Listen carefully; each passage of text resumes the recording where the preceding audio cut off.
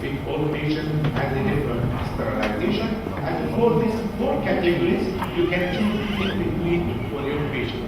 Usually, you have different sizes. Question. Just to give him a break, and I'd like to give him the chance to ask you 1 or 2 questions and continue. So 2 questions, please. If you have questions, please, to this sector of the presentation. Because it is very interesting. Okay? Any question? Yes, please.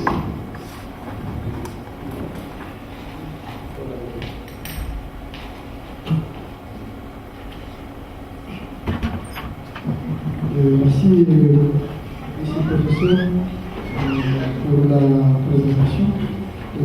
Ma question se résume sur le choix du filtre dialyseur.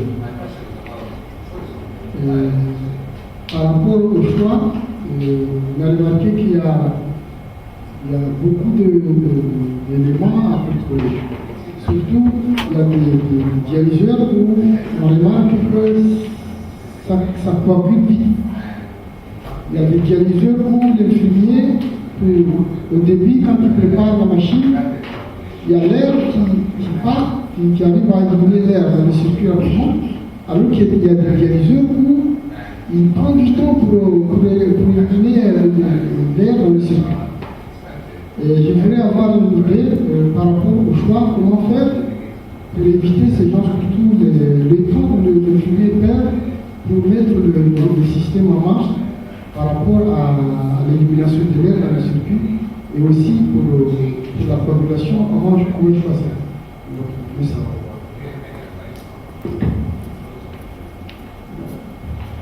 Thank you very much, and we perfectly agree for your question.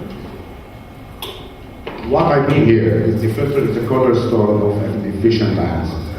So you have 4 partitions here to choose between the correct patient for a correct filter. So if we can have what is the ideal filter, you should have better flux to remove toxins, which is the high flux usually, and better material like polysulfone or polyester sulfate, as well better sterilization. If you go through here and you have a choice between radiation or steam sterilization, I perfectly agree that steam is the less thromogenic and the less anticoagulants requirements and less immune reaction. So if you have a choice to choose a filter, I'll choose a filter for adults, for example 1.3 to 1.8 square meter, which is high flux membranes and synthetic and in steam sterilization. Otherwise, if you are using, for example, EO filters or gamma sterilized or beta radiation filter, you have a lot of clotting caskets. So I prefer here just to do 1, 2, 3 of the correct or the ideal filter, which is 1.3 to 1.8, high flux, synthetic membranes, and in steam sterilization. Just I want to add a sentence. I agree with Professor Hesham that dialyzer equal dialysis, because this is the, as we say, artificial kidney is in the dialyzer. So this is why during the training on Tuesday, we'll bring to you different types of dialyzers and to present the different criteria of dialyzers. Because it's not the task of Professor Hesham today. He is looking at the dialysis unit as the panoramic view, not detailed view from each components of the dialysis. So its promise will go through dialyzer in details. Any other question? Any question? Yes, please.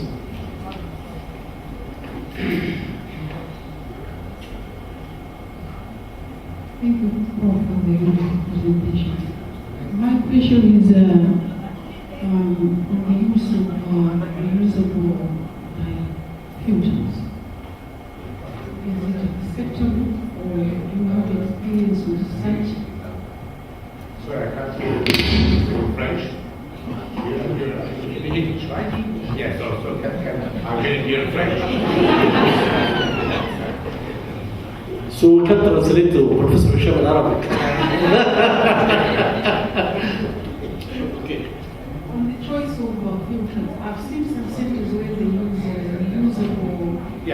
some countries, yes, and in particular in Far East, yes. Yes. Cost. What And is Latin the- America as well. Yes, what is your take on that? Because you're looking at the efficiency level and the whole business. I don't like reusing process because more or less cost of filter is around 7 lakhs and 8 euro for USD. For the whole cost is not as much cost, but if you are reusing filter, you have a lot of problems. So I don't recommend that to be cost effective. Don't go for reusing. And here we abandon the reuse all through our career since a long time, since Professor Samir, more than 30 years or 40 years now in the dialysis. So we abandon reuse because we are not sure of the disinfection process. Yeah, sure. And each disinfection decreases the adequacy of the filter. So we don't like it. And especially the cost of dialyzer after the availability of dialyzer everywhere. It is very nice to go without. Yeah, and there is almost a lot of outbreaks of infection, hepatitis transmission, HIV, and as well as the looking for the cost, it isn't a cost effective. The last question is. Thank you very much for the question. My question is about using the machine. You said one machine should serve at least 6 patients per day, and we are doing that in the country. So what I want to know is what we are to do in between sessions. Are we to raise the machine or to disinfect the machine before putting on the patient? Yes. That's what I want. Yes, it's usually the plan of attack is controlled by many guidelines for disinfection of hemodialysis machine. But I will give you very fast track disinfection. In between patients, you can use just rinsing and heat disinfection, and by the end of the day, you can use chemical disinfection according to the manufacturing process of the hemodialysis machine supplier. So, in between patients, you have to do internally heat disinfection. Finally, by the end of the day, we do chemical disinfection, and we should take very important issues, the surfaces, outer surface of the machine is important, but much more important than internal circuit because it has a lot of blood and bacteria and viruses, so we have to do cleaning regularly between just to remove any other bacteria or virus that will be on the surface of the hemodialysis machine. That's an importance more than the chemical disinfection by the end of the day. So you can do that, the heat disinfection for 20 minutes, and as well, by the end of the day, you do chemical disinfection, and between patients, you have to do just externally disinfecting with the hemodialysis machine, usually by sodium hypochlorite. Okay. Yes, please. Mike.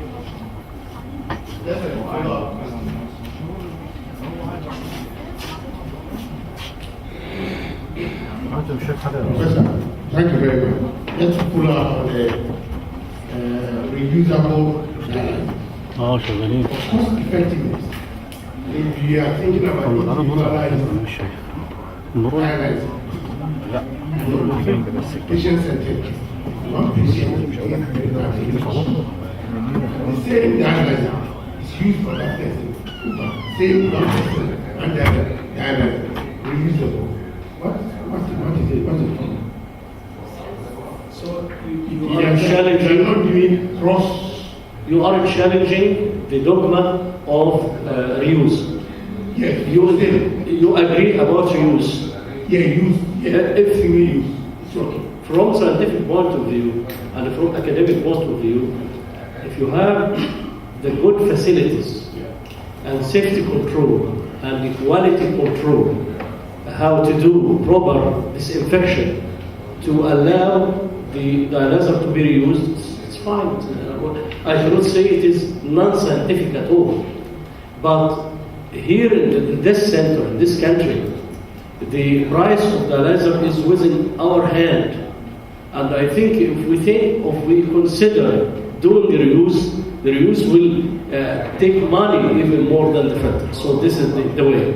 So if the filters are very precious and costly, and you have well done facilities for disinfection, but you should know that the reuse is not forever. After a couple of reuse, the filter will be lost, the adequacy will be lost. So you should have the facilities to monitor the dialyzer adequacy, quality control of disinfection to allow reuse. So it's a big headache. At the end of the day, we don't like it. Dr. Hesham, it's better to go and to continue your very nice, excellent presentation. Yeah, I'm so sorry. I think that I've exceeded my time, so I have No problem. I have to hurry up on my slide because No. the post here will just Please don't hurry. say wait. No. Okay. Please, just a second. Okay, Please, I will continue. Yes, please don't hurry, because this is the fundamental. To have the well-established, the standard, world-class dialysis unit. Even in our center, we don't have all that Professor Hesham mentioned. And I am sure that in Ain Shams University, they have all these facilities. But it is better to know the world-class dialysis. It's a scoring system. It's a scoring system. You can have 70%, 80%, 90%. Yes. As you can see from the quality control. And if you don't have the facilities, we should to learn the gap, to know the gap. It is one of the education objectives of this course. Okay, please proceed, Professor Hesham. Okay, thank you, Mr. Chairman. Put on your mind the translator. Yeah. Become fatigued after. Yeah. So be slow. I can have the gap. I can understand the gap because I got used it as well for the translation. So I will learn too much of that. So I will not be in a hurry. Otherwise, Mr. Sherman shut the microphone, so I have to complete in a very slow. I don't like stopping ending of my talk, but I have to be cautious in time as well. So this is the typical brochure or catalog you have received for each dialyzers. You can find that different performance measurements for toxins, ultrafiltration capacity, as well for surface area and for other aspects of the filter. You have to know that this is the manufacturing data that is usually on aqueous solution, so it is higher than what you can get from your patient by 20%. So this is the manufacturing review, and you can devise each device from each device by performance. So lower high flux membrane, it's your choice, but the Japanese use very high flux membranes, removing many of the uremic toxins, and this is called the high flux or superflux category, removing inflammatory reactions as well removing of the uremic toxins. And if you look here, you can have some spec for each filter, what could be removed and what could be retained in the patient. And here is what's called the pool diameter, which is the hole inside the membrane and the toxin pass through, and it is identified in majorities of the dialyzers by their spec.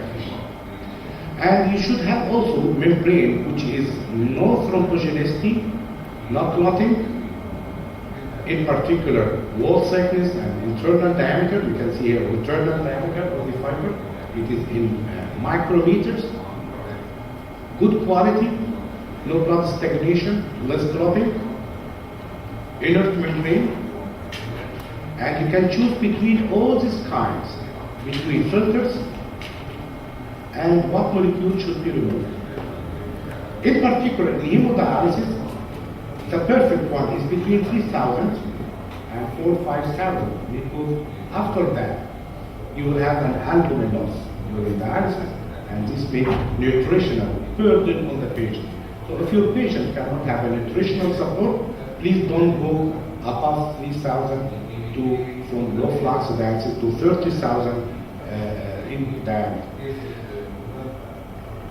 And this is a schematic presentation, how you can remove small toxins, very efficient are all filters, but when going to high flux, you need to remove much of the middle molecule toxins, bigger like dialysis related amyloidosis and beta-2 microglobulin and other cytokines, but still you have a majority of patients will have uremic toxins with protein bound and difficult to be removed. So in general, you remove small molecules and middle molecules efficiently. And if you are going to do HDF, I will not talk about HDF because it's very specific, but you need a very good vascular axis, you need a very quite high vascular axis, otherwise don't proceed for this specific hemodialysis surgery. And if you are going to do high flux dialysis in our university and HDF, you have remote removal 82% of the middle molecules like beta-2 microglobulin with efficient dialysis session. And we have here publications in here for the HDF as well for others. And if you look here for requirements for HDF, number one for requirement is a good vascular axis. So HDF is a very specific country-wise, not more than 20% of patients, and it is very expensive, and it's not sure that it will be beneficial for all patients, selected patients, but if you don't have a good vascular axis, you will not go through hemodialysis filtration therapy. And for sure, if you need that, you need a 2 endotoxin filter, because you need a sterile dialysate to be substitution. So that just to have a highlight here, there is a therapeutic challenge calling HDF. We don't have here in Egypt much more HDF as well in Europe. For example, Sweden, Germany, Britain, and the other, it's in the range of very small amount. In Germany, it's 13%, while richer have up to 50%. And this is the importance. What is important here? Who of your patient should have an advanced hemodialysis like HDF, patient with dialysis, the related amyloidosis, patient with polyneuropathy, hemodynamic instability, long dialysis, more than 5 to 10 years, patient with heart failure, diabetes, and everything may have some advances of hemodiafiltration. And if you look here for hemodiafiltration and others, you can find that dialysis-related amyloidosis, which is a common complication, is not only related to retention, but also related to inflammatory reaction during hemodialysis. And this ends my tendering and requesting for disposals. I'm going rapidly for the cost and budget. We can agree together that cost is important, because reducing cost with optimal quality can have more budget for more incoming patients. So we have to do good quality and lower cost. And if you improve the outcome, you will have saved money and more healthcare service for more patients. So it's a cost. It does not mean that you have a low quality, but the target is to have a high quality and lower cost of the therapy. And if you look here, you can have the optimal quality with the lower cost, and you can reduce even the cost by some technical advices and some technical decision. But if you look for healthcare costs in chronic kidney disease and renal replacement therapy, it's variable from country to country, up to 60,000 USD per year annually in some centers, and in other more richer are 80,000 per year. And overall cost lies in hemodialysis and reducing the cost of chronic kidney disease while delivering the quality, meaning that you need a preventive strategy. So you cannot say that I will lower the quality of hemodialysis and lower cost, nothing. And you cannot say that I give a good quality of hemodialysis and lower cost, nothing. You have to go for preventive strategy. Because a lot of patients is incoming for hemodialysis. If you start with 100 patients, with a couple of years, this will be 500 patients. So you have to do a preventive strategy, either primary prevention, which is for normal population, health care, advice, no smoking, control of obesity, lifestyle, environmental factor, heavy metals, contamination, pollutions, or secondary prevention, screening patients first, for diabetes control, hypertension, hyperlipidemics, as well for controlling of your therapy with renal replacement therapy. If you have a dialysis program, you can find here that for different categories, transplantation has the least cost and the excess of quality of life. So, number one, go to transplantation available program because the highest quality of life as well your cost. If not available, you can go to in-center hemodialysis or home dialysis. Home dialysis is not so common in Egypt, but it's common in USA and other countries, which means that patient education and have his own hemodialysis machines and decreasing cost by decreasing the manpower fee and other costs. But if you don't have, you don't have choices either to do transplantation or in-center or hospital hemodialysis. Regarding, I don't know your countries as well, but I think here is some of the prevalence of hemodialysis. For example, some of the Middle East is 700 per million, and some in South Africa is low. In Thailand, Taiwan, it's very high. This is the prevalence and is growing number of patients requiring dialysis. We have to start first program. If you don't have a hemodialysis center, to do a very efficient preventive strategy. And again, this is a cost for dialysis as well as cost for medication associated with patients on dialysis. The majority at the cost of dialysis therapy. How we can remove that? So we can go for dialysis transplantation, or it's better to have a good preventive program for patients with chronic kidney disease. And preventive strategy will for sure decrease the cost on the long-term budgets and decreasing the burden of all the Medicares as well for the governmental payment for each individual patient requiring hemodialysis.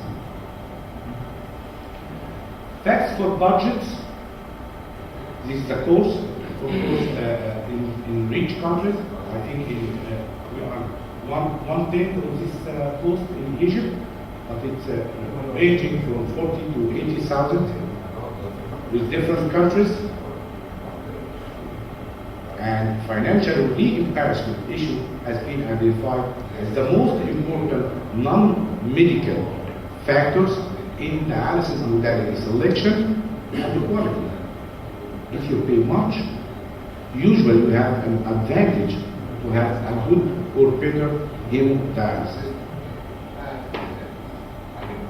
For costs, this is the 4 categories of costs during the sessions, during dialysis, which is the direct medical cost, salaries, disposables, capital costs of equipment, machines, medications, hospitalization. And we have direct non-medical costs like buildings, electricity, taxes, facility utilities, and overhead.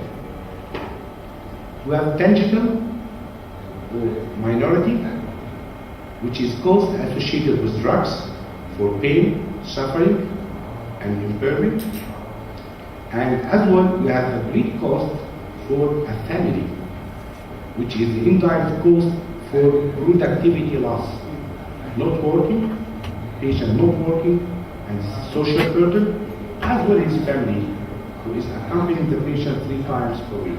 So this is the 4 items of cost of hemodialysis. We are focusing usually on the direct medical cost, but there is as well any cost that to be put in the budget.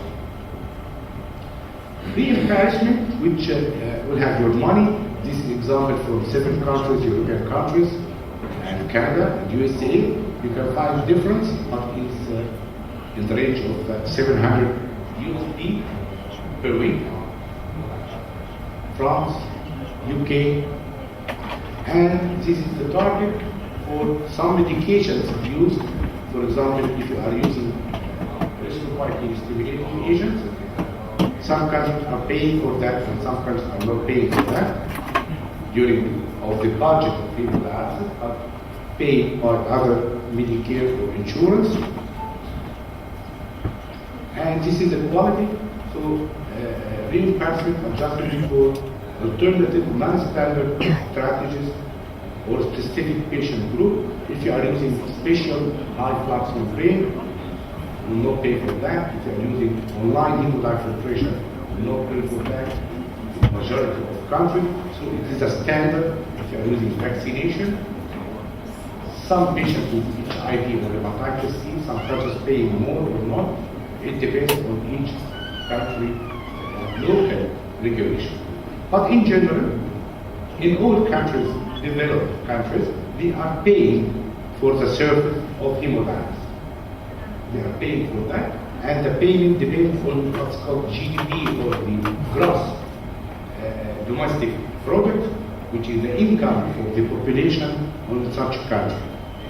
We are good enough here in Egypt to have such reimbursement rate as well in our neighbors and brothers in Africa. So we have to do more dialysis with lower reimbursements, and the reimbursement rate here is usually come from the fee of doctors and nurses, lower than in developed countries. So going rapidly for the clinical performance, and there is a difference between clinical performance guide and clinical performance measurements. What is that? You have a guidelines, but you don't know how percent of the guidelines you can do in your center. This is called clinical performance measurements, or KPIs, key performance indicators. So you have guidelines, well in the book, easy to have, or in the internet, but to implement such guidelines in your center and to score that, you need a clinical performance indicators or a clinical performance measurement. And that's the difference between clinical practice